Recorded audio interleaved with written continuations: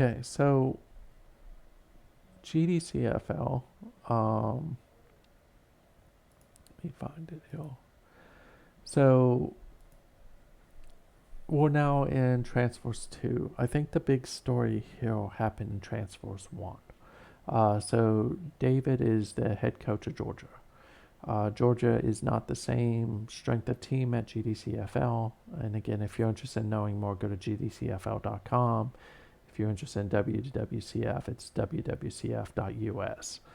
Um, GDCFL, the difference between the two leagues is in GDCFL, in theory, you can get filed. There's also very specific rules around conference movement. When you come into the league, you're only supposed to be able to choose certain teams, and then you have to work your way up. And we track conference prestige by your actual performance, although I got to fix that because there's an issue, though. Um, so I think transfers runs for 3 weeks, and then we're into high school recruiting and JUCO recruiting, which will be a 10-week deal. Um, so in transfers, I think the big news here is David at Georgia landed the former number one quarterback, number one overall recruit from the previous season. Um, and we can see where he's actually from here real quick. Um, in the last sim, and that's a pretty big deal. Let's just go here. See where he was out of. Yeah, so Kevin Holland, he committed to TCU. Probably left after Kevin stepped down at TCU. But he was a number one recruit. He played as a freshman. Normally in this game, if you play someone as a freshman, you are not going to lose them to transfer. However, he did. So as a freshman, he completed almost 74% of his passes, threw for 554 yards, 3 touchdowns, 1 INT. Probably was really ticked off about playing time, felt that he could have started, and decided to transfer out. He decided to go to Georgia. So that's pretty big news. And for David, that's huge news because now he's got a top-notch quarterback. He's been bringing Georgia back. Georgia's not one of the higher prestige teams in this league, unlike WWCF, but he's done a good job in getting him back on the right track. And of course, he won't get to play him this coming season. He'll have to play him next season. But at the same time, that's a good thing to know. No, another big noteworthy signing was be interested to see where he's out of. Was that Notre Dame picked up a former 5-star? I think he's a 5-star. Of course, can't find him now, so I'm gonna move on. But yeah, he's right here. So they picked up a former Ohio State commit who was the 39th best player out of Illinois. He was the 6th best safety. They picked him up off of transfers in this last go round. And so that's a pretty big deal for them. So far, I think the narrative that we're seeing is that Georgia Tech, South Carolina are picking up a lot of different recruits. Um, a couple of them are very high end. Those are just the two big ones. Now, the bow bound being different than draft day sports. Draft day sports, you recruit year round. There's no such thing as a JUCO in draft day sports.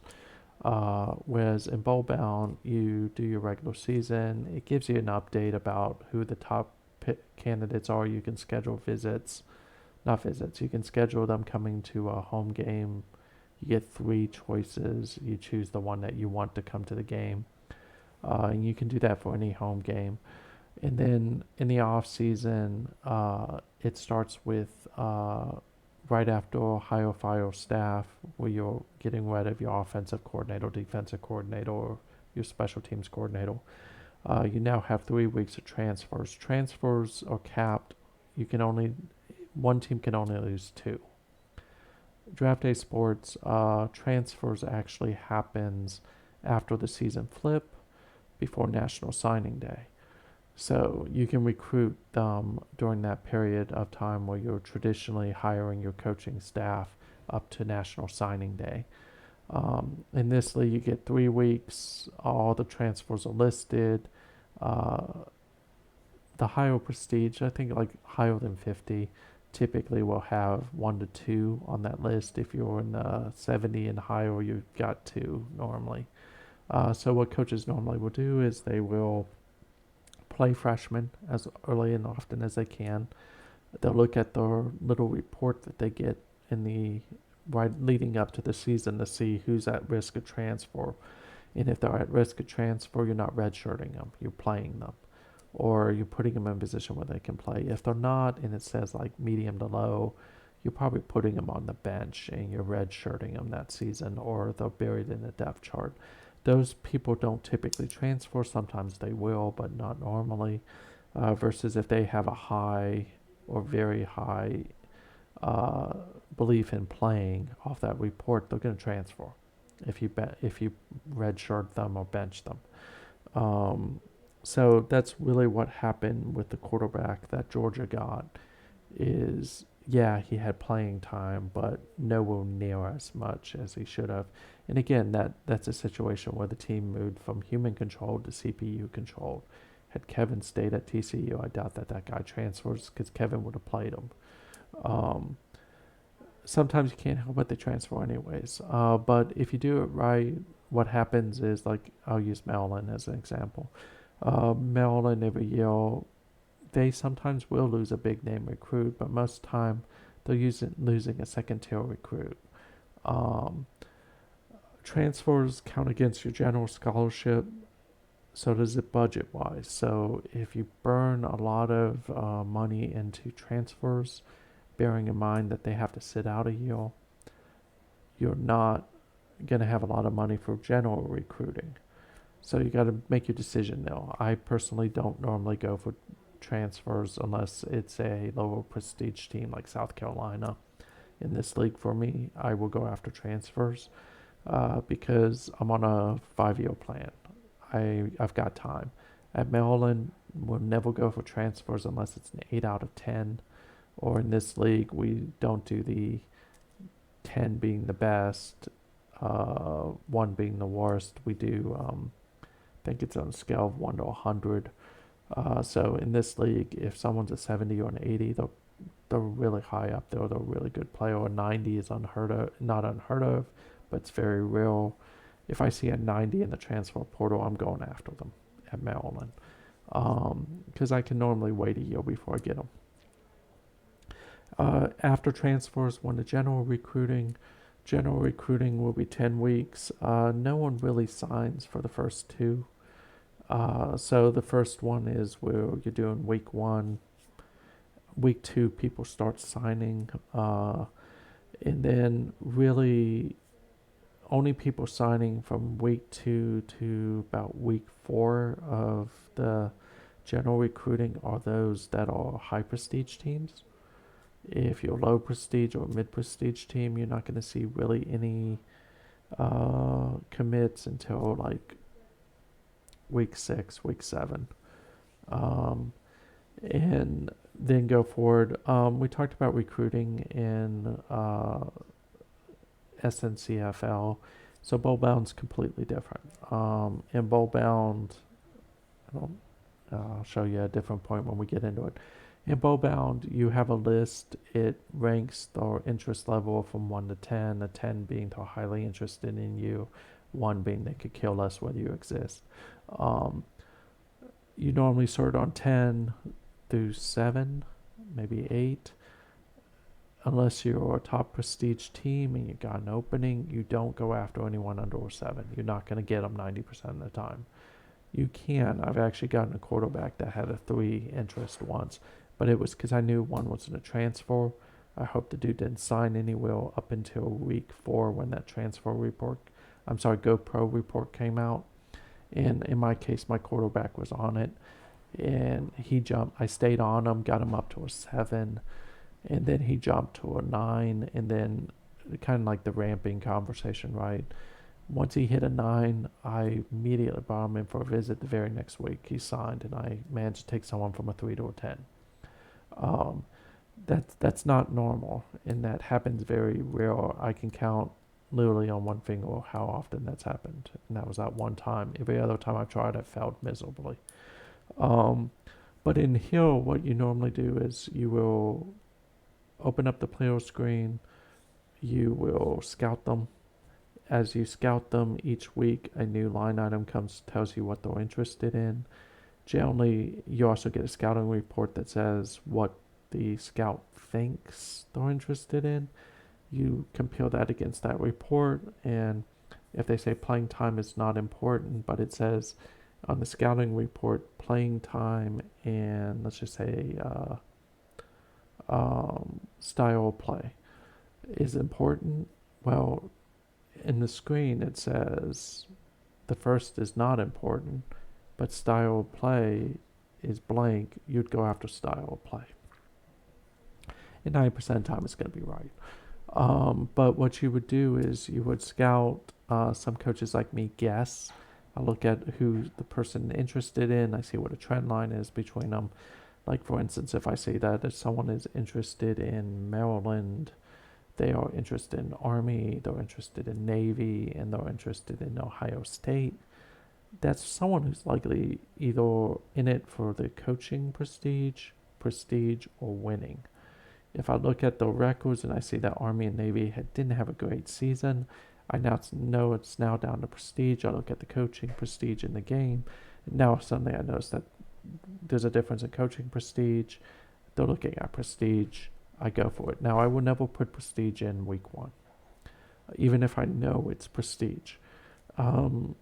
It's a nuance that I do. Is what I will do is I'll invite that person in week 1. I'll only invite people who are 9 interest or lower to visit the school.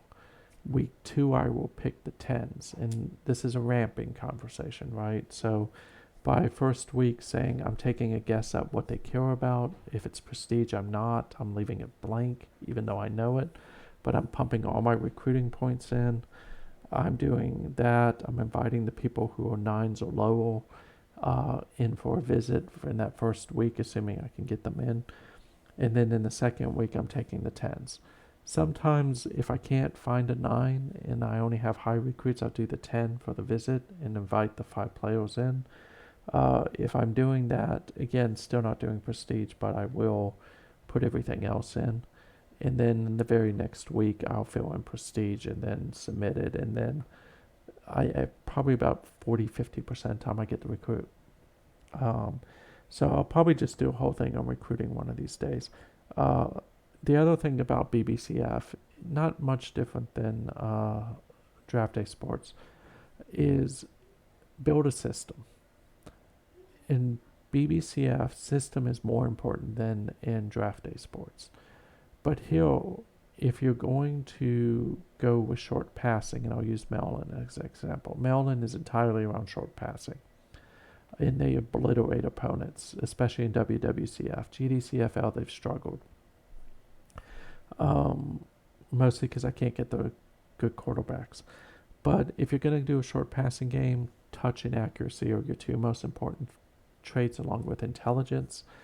Recruit for those things. Don't get suckered into recruiting people who don't fit your system. If you recruit the people who fit your system, you have more success than if you don't. Unless you're going to change your system. And there are coaches who are very good at that. Every single season they change their system. I'm not one of them. I stay in my system. I only change it when I can't get the people. Like in GDCFL, Maryland went from being the most premier passing attack known to man to a rushing attack because I can't get a quarterback.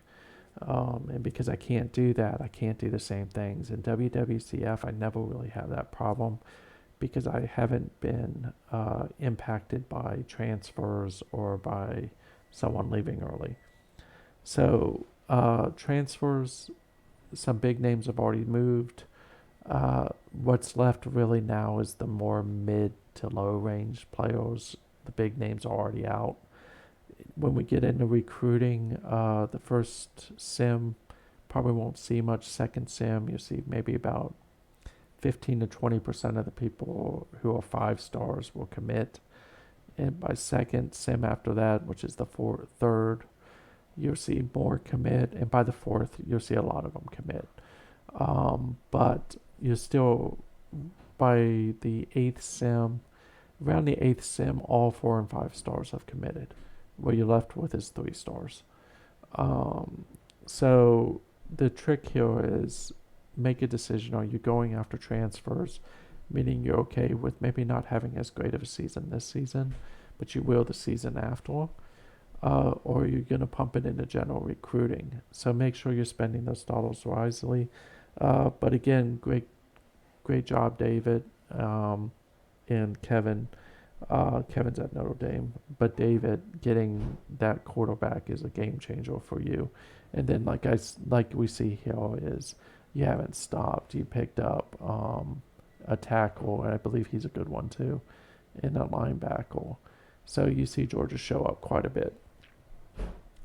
That's it for now. GDCFL is in the recruiting stages. By the next time we talk, we'll be in recruiting 2, I think. So we should see the first wave of commits. If you're interested, gdcfl.com. Follow, up to you.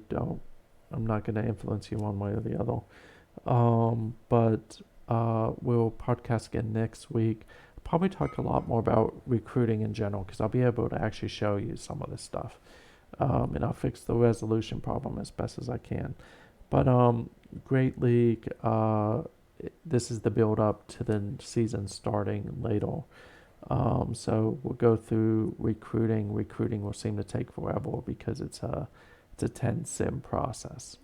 Have a good night and hope to hear from you all later. I'm going to go ahead and end it now.